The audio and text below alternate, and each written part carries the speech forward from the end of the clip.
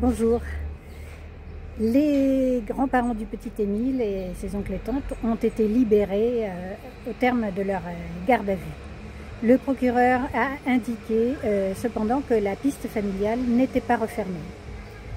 Il a indiqué aussi que les ossements et les vêtements de l'enfant qui auraient été retrouvés dans la forêt montraient qu'il avait été déposé là plus tard, après avoir été gardé dans un endroit clos. Donc, d'où l'incrimination de recel de cadavres. Et il a dit aussi que les traces sur le crâne du petit Émile montraient qu'il avait été victime d'un traumatisme facial violent. Les charges, cependant, n'étaient pas suffisantes pour pouvoir mettre en examen ces personnes.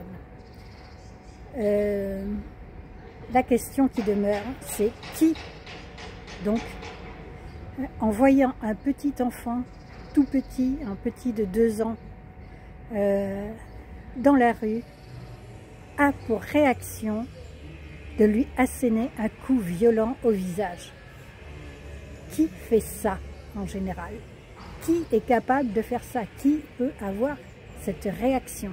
Et a fortiori dans un hameau de 25 habitants, sur 25 personnes, qui peut avoir cette réaction? Qui sinon quelqu'un qui aurait des habitudes violentes envers les enfants et qui serait excédé par un enfant décrit comme intenable par l'un des jeunes oncles de cet enfant au moment du drame, puisque il a déclaré « ça devait arriver, Émile est intenable ». Donc Émile s'est éloigné de la voiture de son grand-père. Apparemment un témoin a vu plus tard son grand-père un peu après partir le chercher. Et ensuite Émile a disparu. Il faut rappeler donc que ce grand-père, quand il était éducateur à Riaumont, et ça c'est documenté, il avait des habitudes violentes. Des élèves ont témoigné qu'il lui suffisait de rencontrer un élève pour le frapper à la tête, sans aucune raison, comme ça, rencontrer un élève, c'était un coup à la tête. Et bien sûr, quand il avait des raisons, c'est-à-dire quand il voulait les punir, là c'était encore plus violent.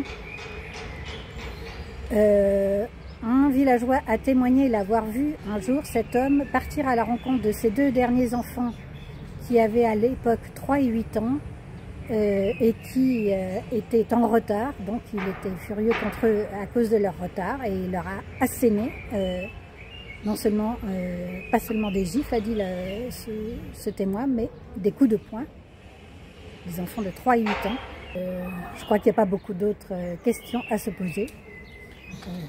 Qui peut avoir une réaction pareille envers un tout petit qui est égaré tout seul dans la rue? Il y a une logique, c'est quasiment mathématique. Voilà, donc eh bien, il faut espérer que les preuves seront faites.